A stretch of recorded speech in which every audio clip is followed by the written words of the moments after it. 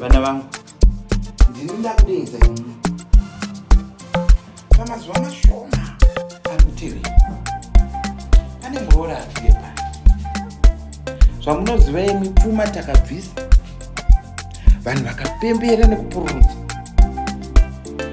asi mumwoyo mangu umo mune zvekunditya mwoyo pane mashoko ari kutaurwa ari kutenderera tendera mashoko